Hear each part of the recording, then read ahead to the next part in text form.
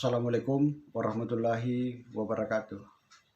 Salam sejahtera untuk kita semua. Kali ini saya akan mengangkat materi tentang peraturan gubernur DKI Jakarta nomor 142 tahun 2019 tentang pelarangan penggunaan kantong plastik di toko retail di seluruh provinsi DKI Jakarta,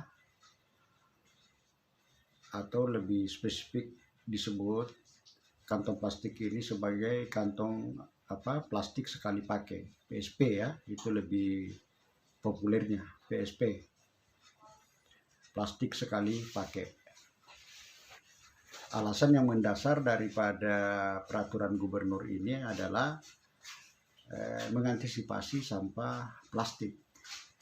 Artinya ingin mengurangi sampah plastik itu dengan cara melarang penggunaannya. Ini yang sejak lama saya selaku Direktur Eksekutif Green Indonesia Foundation Jakarta, baik melalui gubernur sendiri telah menyampaikannya kepada Pak Anies Baswedan, juga termasuk kepada kementerian terkait, telah kami sampaikan bahwa sesungguhnya peraturan gubernur itu keliru. Nah, sebenarnya kebijakan Gubernur DKI Jakarta ini bukan baru pertama. Jauh sebelumnya, pada tahun-tahun sebelumnya, telah diberlakukan oleh beberapa kota di Indonesia ya, beberapa kota Indonesia seperti Bogor, Banjarmasin, Balikpapan, Makassar, sampai ke Indonesia Timur dan juga di Indonesia Barat. Ya, mungkin sekitar kurang lebih 40-an kota dan 2 provinsi, yaitu Provinsi Bali dan DKI Jakarta. Jadi Bali lebih duluan daripada Jakarta.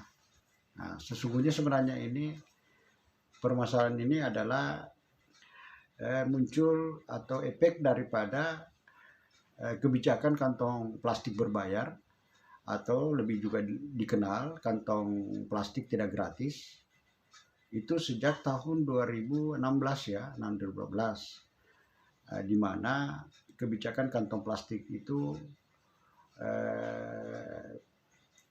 kebijakan kantong plastik berbayar ya, kantong plastik berbayar yang di-launching pada tanggal 21 Februari tahun 2016, itu memang sudah mulai saya kritisi bahwa kebijakan itu belum saatnya diberlakukan, karena infrastruktur pengolahan sampah kita di Indonesia ini di setiap desa dan kelurahan itu belum maksimal.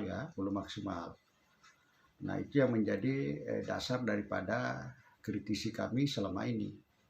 Jadi pemerintah terlalu cepat memberlakukannya. Akhirnya apa yang terjadi itu diragukan terjadi semacam efeknya itu gratifikasi ya, bisa terjadi gratifikasi.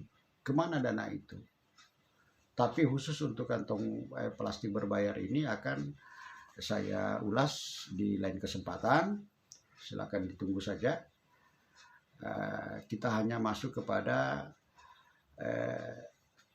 kebijakannya, efek daripada kantong plastik berbayar ini. Seperti di Jakarta, sejak 1 Juli 2020 peraturan gubernur 142 itu berlaku, praktis di ibu kota Jakarta ini sudah tidak disiapkan lagi di retail-retail itu kantong plastik belanjaan sebagaimana biasanya.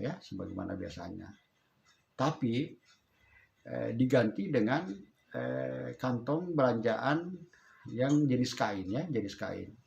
Namun kain itu juga sebenarnya berbahan baku plastik ya, dia punya bahan baku campuran mix plastik.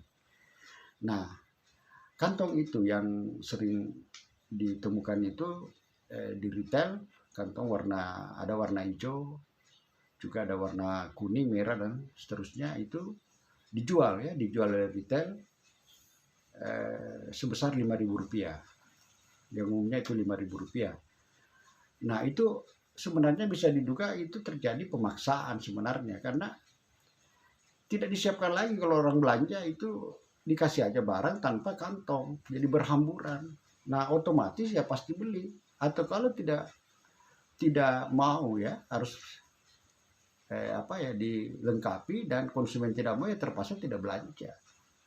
Nah, semua kebijakan ini sebenarnya ini prematur sifatnya ya, melanggar kebijakan, melanggar Undang-Undang 18 yang mengharuskan sampah itu dikelola.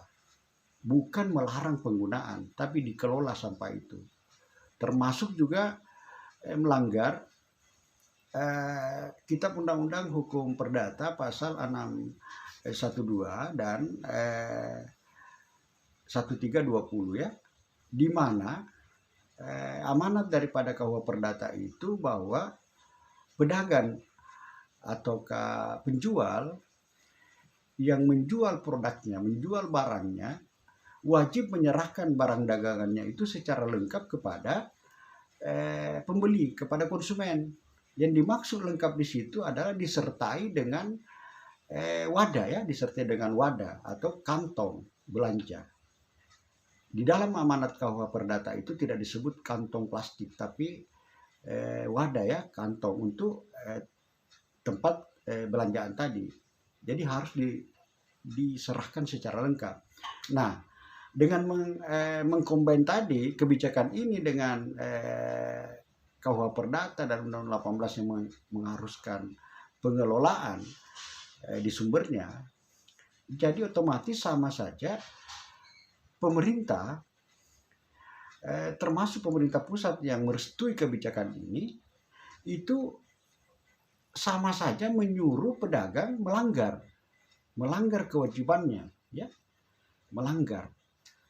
Nah, ini sama sekali tidak bisa diberi toleransi. Jadi seharusnya kebijakan ini dicabut, digugurkan.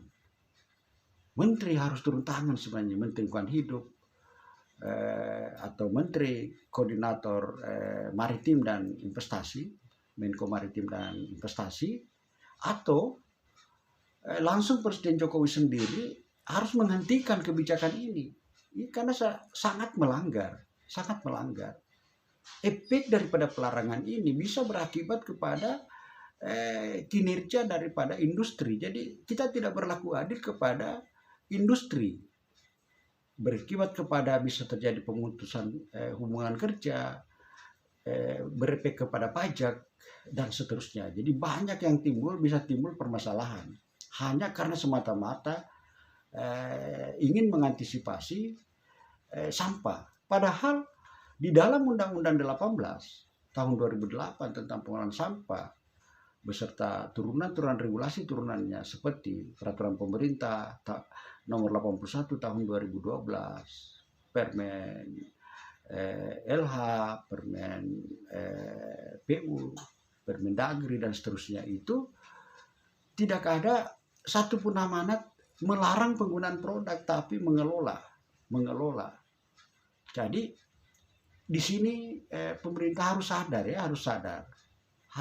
Jadi harus memberi solusi secara komprehensif, secara win-win solusi, tidak ada yang dirugikan, baik kepada industri sendiri sampai kepada distributor dan konsumennya. Jadi pengelola sampah itu bukan cara melarang produk. Jadi mari kita memahami bersama bahwa janganlah kita membenci plastik ini. Plastik itu adalah sebuah keniscayaan di mana barang ini sangat dibutuhkan. Semakin maju peradaban plastik ini tidak akan bisa terhindarkan. Jadi kita harus mengelolanya dengan baik di sumber timbulannya. Jadi harapannya kepada gubernur, kepada bupati wali kota yang telah mengeluarkan kebijakan yang keliru ini agar segera sadar, menarik kembali, membatalkan, mencabut kebijakan itu agar kita kembali kepada regulasi persampahan untuk dikelola di sumber timbulannya.